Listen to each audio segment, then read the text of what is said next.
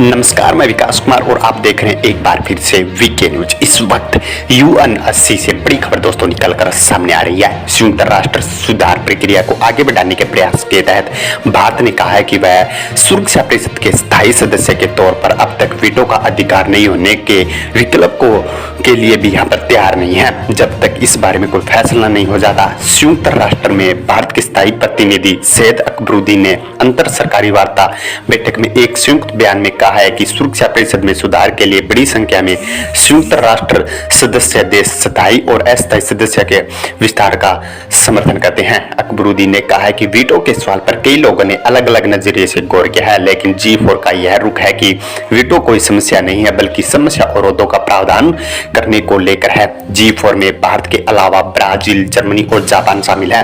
1945 में गठित सुरक्षा परिषद में चीन, फ्रांस, रूस, ब्रिटेन और अमेरिका सहित 5 स्थायी सदस्य हैं। 10 अस्थायी सदस्यों का चुनाव 2 वर्ष के लिए किया जाता है।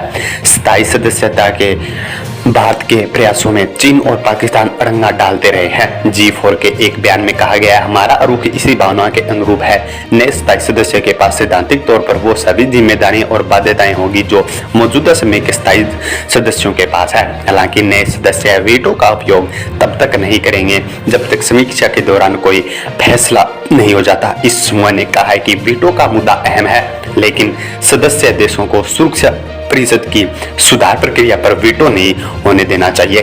G4 के देशों के बयान में कहा गया है, इस बात से अवगत है कि आगे बढ़ने के लिए कोई दूसरा तरीका नहीं है, लेकिन इसके साथ ही हम संयुक्त राष्ट्र में सुधार के लिए नए विचारों का स्वागत करते हैं। उन्होंने कहा है कि यह दुर्भाग्यपूर्ण है कि अभी तक कोई उन्हें प्रगतिशील विचार सुनने को नहीं मिला है और कुछ देश पुराने ठुकराए गए विचारों को दोबारा पेश कर रहे हैं।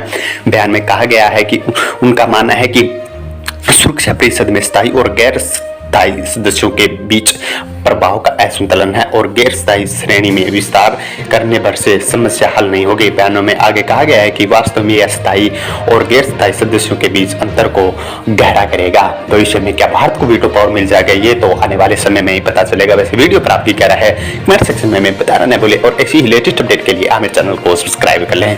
धन्यवाद।